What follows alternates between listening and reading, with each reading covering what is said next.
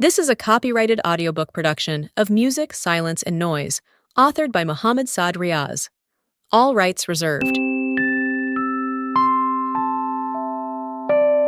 Music, Silence, and Noise. Section 1. The Crescendo, the popular kind. Giftedness. How do we justify an educational system that ignores competence and achievement, and utilizes chronological age as the primary or only factor in student placement? Miraca Gross. Gifted students, put simply, are children with outstanding talents who demonstrate the ability to succeed at remarkably high levels of achievement relative to other people of their age, environment, or background. America's National Association for Gifted Children, NAGC, provides substantial support and guidance for parents, educators, and professionals. You can visit their website, www.nagc.org, to get all the necessary information for gifted students' education. Giftedness speaks of talent, which covers all aspects of a child's life: academic, musical, athletic, social, etc. Schools, in general, confine their strategy and programs to academics. A school might fail to cater to their students' need to learn the use of their ability at an incredibly high level. Motivating a gifted child may seem challenging.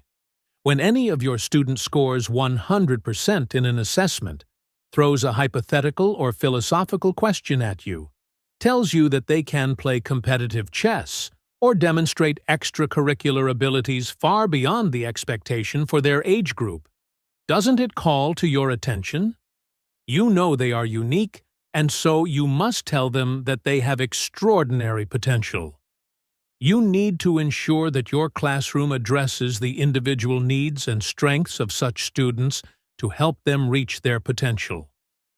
We call them gifted students. Research suggests that gifted children have higher extroversion tendencies. Hence, I am discussing it under the Crescendo quadrant. However, introvert-gifted children's needs also require special attention. Like the Crescendo, the decrescendo quadrant has gifted students too. In the following part of this book, there'll be a discussion specific to the decrescendo. In the most generic terms, gifted students score high on IQ tests, and this should be your first step of identification too. Unfortunately, 3 out of 4 teachers that I have met had never had any training in dealing with gifted students and helping them to thrive. Though the estimates vary, yet about 6% to 10% of students are academically gifted. So you must have had at least one student in your teaching career who may have the potential for outstanding contributions to the society. Also, even when you might want to create an educational environment that may cater to giftedness, it is not always easy to deliver. I know. Since classrooms fail to challenge such students, they might remain to be underachievers. The gifted students must be challenged and pushed to reach their potential. They must be supported to reach at their latent talents. Teachers must act like water to nurture the flower of giftedness in their students. Unless you help your students, they cannot prosper. Nurturing your students' potential is one of the most vital issues you face as the teacher of a gifted student. This unfamiliar territory may become your test. If the parents are not capable, then you will be all by yourself. The most valuable source of understanding is your students' interests and preferences. Despite the issues a student faces daily in school, the teachers must always keep encouraging their students to dig deep inside themselves and bring out the talent they're hiding. Gifted students share some common attributes that a keen educator can recognize to ensure that the student's individual needs are recognized. Given the need to identify giftedness, here are some broad conduct attributes that such students show. Verbal comprehension.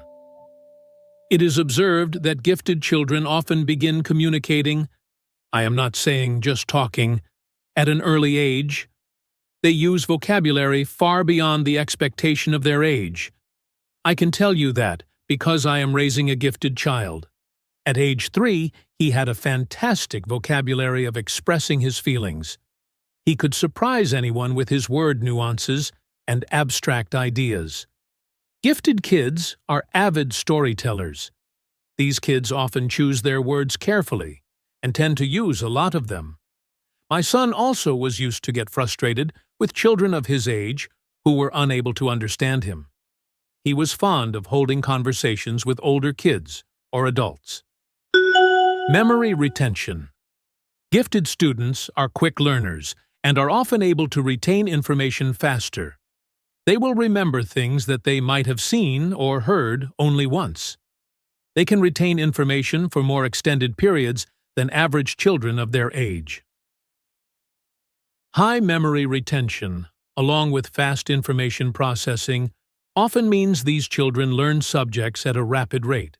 So, it can be challenging for a teacher to keep presenting them with information as fast as they like, while balancing the pace of the class.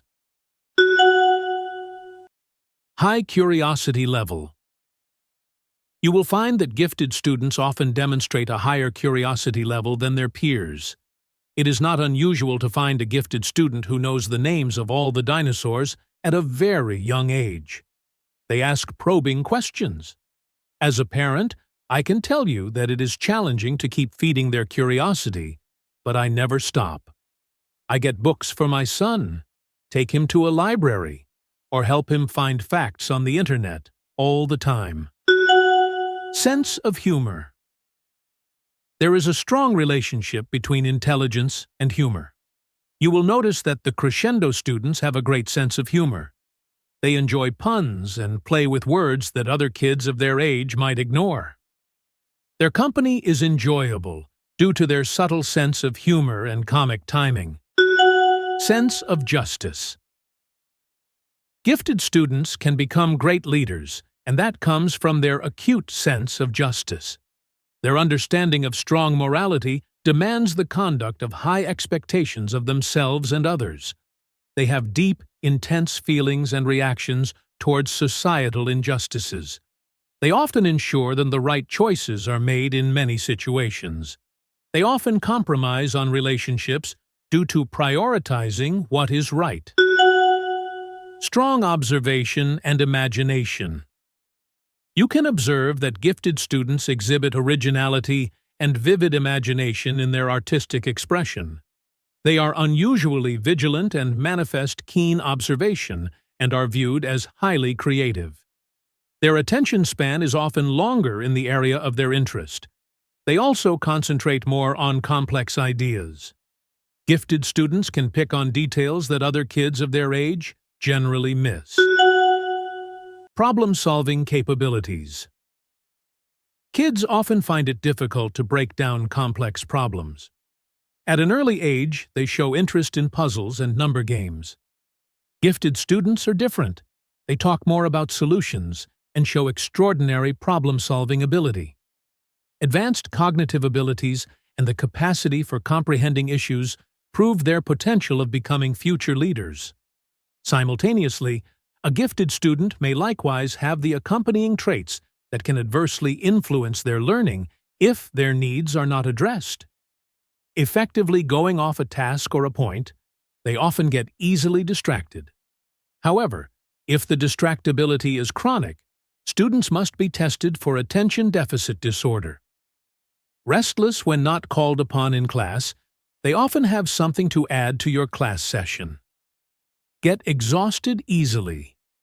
Oppose dull work. Take on a lot of work. If a student shows any of the above characteristics, you can identify their talent. In Pakistan, the guidance to test gifted students is not readily available. I couldn't find schools and clinics offering identification tests for gifted students. The idea is novel, but not beyond our capacities. Students can benefit from resourceful teachers. Dr. Seema Ambreen has done a lot of research work in the adaptation and standardization of Whiskey 4 in Pakistan, which is a widely used measure of intelligence all over the world. Whiskey 4 measures students' cognitive abilities in the areas of verbal comprehension, perceptual reasoning, working memory, and cognitive processing speed. A lot of work is required to be done for schools to adapt gifted education. Another challenge is that talent isn't always taken as a socially positive and esteemed characteristic. Many gifted children face harassment, others underperform to conceal their capacities, and some experience stress and depression with risk of self-hurt. Educators face the challenge of identifying signs of gifted students and devising a strategy to guarantee that students get support along the way. Your goal is to create an environment for them to learn and master self-awareness. The identification of gifted children is a collaborative process among parents, teachers, school psychologists, and other professionals. Identification can occur throughout education, not just at a specific time, such as at the time of enrollments. Schools must ensure understandability and gifted education. Having a psychologist on board in school can be helpful not only in this area, but also for students' mental well-being in general. University students can also be engaged as internees if financial support is a challenge and an experienced doctor cannot be arranged. Many gifted students cannot be detected easily because several factors obscure the expression of giftedness. Therefore, expert opinion is always required. It is essential to recognize that the appearance of giftedness can be held back by many factors, and that gifted and talented students are present in all populations irrespective of their cultural, socioeconomic, or ethnic backgrounds. Some gifted students have one or more disabilities, such as ADHD and OCD, or other factors that hinder recognition as well. Various methods to assess giftedness and a mix of abilities and achievement assessments is often used, including evaluating and/or examining the student's job portfolio. The behavior of a child both inside and outside school, along with cognitive abilities, imagination, and affective and behavioral patterns may be considered. A clinical psychologist can help through tests like WISC-4 to further define the degree of the giftedness of the student: mild, moderate, strong, exceptional, and deep.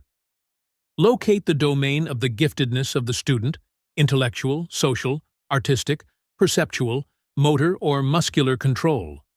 Describe the fields of student talent: academic, practical, investigative, creative, financial, entrepreneurial, and modern, sport. Parents need to be mindful of the requirements their school uses and question if students in the gifted program are assessed for placement. Pakistan, like any other part of the world, has tremendously talented kids. Every other day, we hear stories about brilliant video gamers, Guinness record holders, and the youngest Microsoft professionals, per se. The challenge, however, is the availability of gifted education. There aren't many affordable and accessible schools that may polish giftedness. Many children are never identified as gifted. Once you've noticed that one of your students is excellent at getting a handle on new ideas, you can provide them a balanced educational environment. An environment that will help them to succeed, give them ample time to build relationships, and encourage them to pursue their interests in fields that the school might otherwise do not offer. If you fail to provide such an environment, these students may not reach their full potential, or may dumb down. For instance, if a girl is great at ballet dancing and the school doesn't offer ballet, the teacher needs to ensure that the girl gets enough time at home to practice.